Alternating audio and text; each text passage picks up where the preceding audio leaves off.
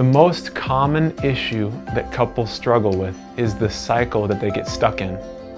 They don't understand that the cycle is actually what perpetuates all of the fights. They don't get how they relate to each other is what keeps the problem going. And so most couples are used to seeing each other on the surface, right? Let's say one person gets angry and starts to yell. Then the other person, of course, responds by getting defensive or withdrawing. So the more this person gets upset and yells, the more this person puts up his wall or her wall and says, I need space, I need to back away, why are you always attacking me? They get defensive, then they shut down and withdraw. So this goes on and on and on. The more defensive this person gets, the more angry this person gets, the louder, and then eventually there's a moment where things break, they come back together after a period of time, there's a separation, and then they kind of keep moving forward, but oftentimes the issue isn't resolved. What couples do not understand, the foundation of what you're going to learn in the workshop, is what's happening underneath the surface. So when this person starts to yell and get angry, what they don't realize is the emotional impact that they have underneath the surface of the other partner. And often what happens is the louder this person gets, the more upset, the more critical they get, the more sad this person becomes, and the more not enough they feel.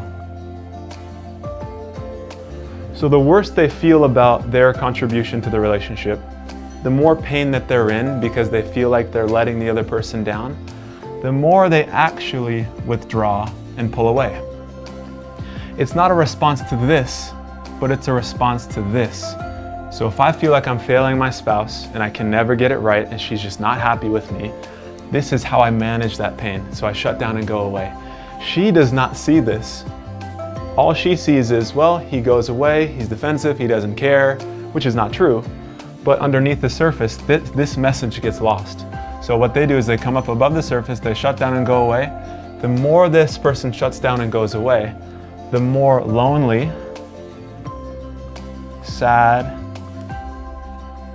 and afraid this person gets. Because this person means so much to the other person in the relationship, the more that this person cannot reach them, the more distance it feels like there is between them, it's a very painful place to go.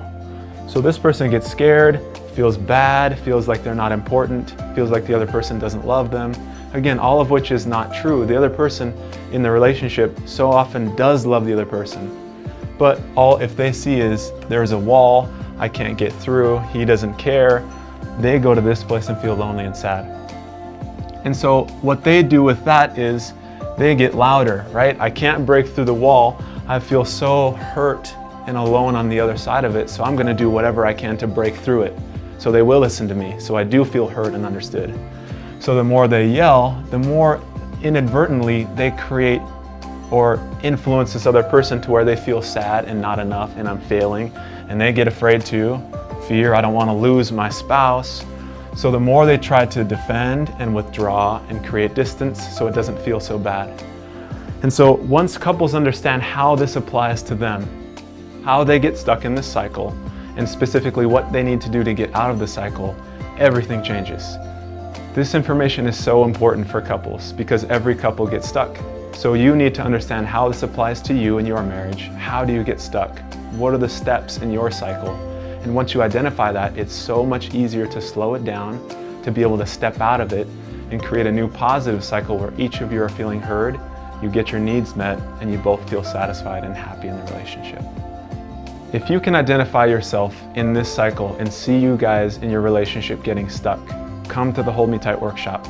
We're going to discuss in depth how this applies to you, what you need to do to get out of it, and how you can stay connected with your spouse.